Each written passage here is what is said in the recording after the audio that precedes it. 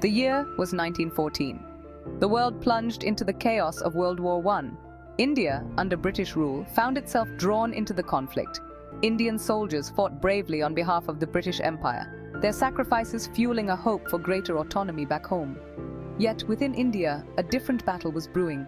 The Defence of India Act of 1915, passed under the guise of wartime necessity, tightened the grip of colonial control. This act curtailed civil liberties, raising alarm bells among those who yearned for a free India. The seeds of discontent were sown, a silent rebellion simmering beneath the surface. In the northern province of Punjab, the heart of India's agricultural bounty, the political climate grew increasingly tense. The lush fields and hardworking farmers masked an undercurrent of discontent that was beginning to boil over. The end of World War I did not bring the promised relief. Soldiers returned to a homeland that was still grappling with the aftershocks of war. Instead, economic hardship and food shortages fueled widespread frustration. The promises of prosperity and stability seemed like distant dreams. The Rowlatt Act, passed in 1919, added fuel to the fire. This legislation was seen as a betrayal by many Indians. This act extended wartime emergency measures, allowing the British government to imprison individuals without trial. It was a draconian measure that stifled dissent. The people of Punjab, already bearing the brunt of wartime sacrifices, saw the Rowlatt Act as a direct assault on their fundamental rights. Their contributions and sacrifices during the war were met with repression. Protests erupted across the province, a visible sign of the growing resistance to British rule. The streets of Punjab became a battleground for freedom and justice. On April 10, 1919, the city of Amritsar, the spiritual and cultural center of Punjab, became a flashpoint. The tension in the air was palpable. A peaceful protest against the arrest of two prominent nationalist leaders, Dr. Saifuddin Kichlu and Dr. Satyapal, was met with brutal force by British authorities. The crackdown was swift and severe. The incident, now known as the Amritsar Massacre, ignited a powder keg of anger and resentment. The bloodshed at Jallianwala Bagh became a rallying cry for independence. As news of the April 10th massacre spread, a sense of defiance gripped Punjab. On April 13, 1919, the day of Baisakhi, a joyous harvest festival, thousands of people from surrounding villages flocked to Amritsar. Many were unaware of the recently imposed ban on public gatherings. They converged on a public garden known as Jallianwala Bagh, a spacious enclosure surrounded by walls and buildings, with only 5 narrow entrances. The crowd was a microcosm of Indian society: farmers, merchants, students, and families, united in their desire for freedom. Unaware of the gathering storm, they assembled peacefully, their voices rising in unison against the injustice of British rule. Among them were children playing, vendors selling sweets, and religious leaders offering prayers. It was a day of celebration, a day of unity, a day that would forever be etched in the annals of Indian history. At the helm of the British forces in Amritsar was Brigadier General General Dyer, a man consumed by a dangerous mix of arrogance and paranoia. His name would soon become synonymous with one of the darkest chapters in colonial history. Convinced that the gathering at Jallianwala Bagh was a planned rebellion, Dyer decided to make a brutal example of the unarmed civilians. He believed that a show of extreme force would quell any thoughts of resistance. As the sun began to set, casting long shadows across the garden, Dyer marched his troops into the enclosed space. The atmosphere was tense, the air thick with an impending sense of doom. Without warning, without provocation, he ordered his men to open fire. The soldiers, following orders, aimed their rifles at the crowd. The first volley of bullets ripped through the festive air, transforming the joyous atmosphere into one of unimaginable terror. The sound of gunfire echoed through the garden. Men, women, and children scattered in panic, desperate to escape the hail of bullets. The scene quickly descended into chaos, but there was nowhere to run, nowhere to hide. The garden's walls became prison bars, trapping the terrified crowd. The narrow exits became death traps as people trampled over each other in a frantic attempt to flee. The desperation was palpable, the fear overwhelming.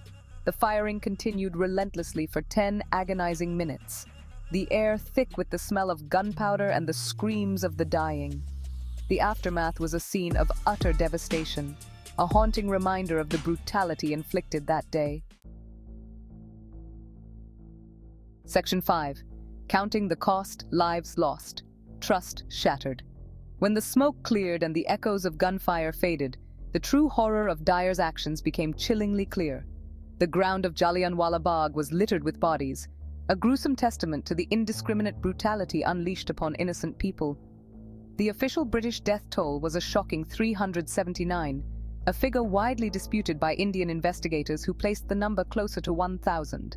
Among the dead were women, children, and elderly pilgrims, their lives extinguished in a senseless act of violence. But the true cost of Jallianwala Bagh extended far beyond the staggering loss of life.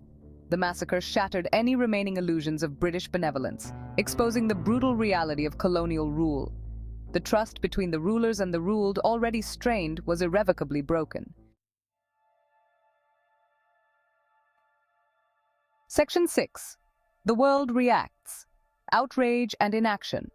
News of the Jallianwala Bagh Massacre sent shockwaves across India and the world, reverberating through every corner of society. In India, the massacre ignited a firestorm of anger and outrage, uniting people from all walks of life in their condemnation. Gandhi, the leader of the burgeoning Indian independence movement, condemned the act as an inhuman and barbarous massacre. He called for a nationwide hartal, a day of mourning and non-cooperation, urging people to stand together in solidarity. The massacre became a rallying cry for the independence movement, galvanizing millions of Indians who had previously been ambivalent towards British rule, transforming passive resistance into active defiance. The international community also reacted with horror, their voices joining the chorus of condemnation. Even in Britain, the massacre was met with widespread condemnation, sparking debates and protests. Politicians and public figures denounced Dyer's actions, questioning the morality of such brutality and the ethics of colonial rule. Winston Churchill, then Secretary of State for War, famously described the massacre as an extraordinary event, a monstrous event that stained the British Empire. Yet despite the global outcry, the British government's response was slow and inadequate, failing to address the gravity of the situation. While Dyer was eventually relieved of his command, he was never prosecuted for his crimes, a decision that outraged many. The lack of meaningful accountability further fueled the flames of resentment in India, deepening the divide between the colonizers and the colonized. The Jallianwala Bagh Massacre left an indelible scar on the soul of India, a wound that would never fully heal. It became a symbol of colonial oppression, a stark reminder of the human cost and brutality of British rule. The massacre also served as a turning point in the Indian independence movement, pushing many moderate voices towards the cause of complete freedom and self-rule. The years that followed saw a surge in nationalist sentiment and a strengthening of the movement for independence, uniting people across the nation. The massacre became a powerful symbol in the fight against British rule, its memory invoked to fuel the ongoing struggle for freedom and justice. In the decades since the massacre, Jallianwala Bagh has transformed from a place of unimaginable tragedy to a site of national remembrance. The bullet-riddled walls, the martyrs' well where countless people jumped to their deaths, and the eternal flames stand as silent witnesses to the horrors that unfolded on that fateful day. The site serves as a poignant reminder of the sacrifices made in the struggle for India's freedom. Yet even as India achieved independence in 1947, the wounds of Jallianwala Bagh continued to fester. The lack of a formal apology from the British government for its role in the massacre remained a source of tension between the two nations. Successive Indian governments and citizens have repeatedly called for an official apology, a gesture of atonement for the atrocities committed. The Jallianwala Bagh Massacre, with its raw emotional power, has had a profound impact on Indian art and literature. Writers, poets, filmmakers, and artists have turned to this tragic event to explore themes of colonialism, resistance, and the human cost of oppression. Salman Rushdie's acclaimed novel, Midnight's Children, weaves the Jallianwala Bagh Massacre into its narrative, highlighting its significance in shaping the consciousness of a nation. Richard Attenborough's epic film, Gandhi, starring Ben Kingsley, depicts the massacre in all its horror, bringing the event to life for a global audience. These artistic interpretations have played a crucial role in ensuring that the memory of Jallianwala Bagh remains alive, transcending time and borders.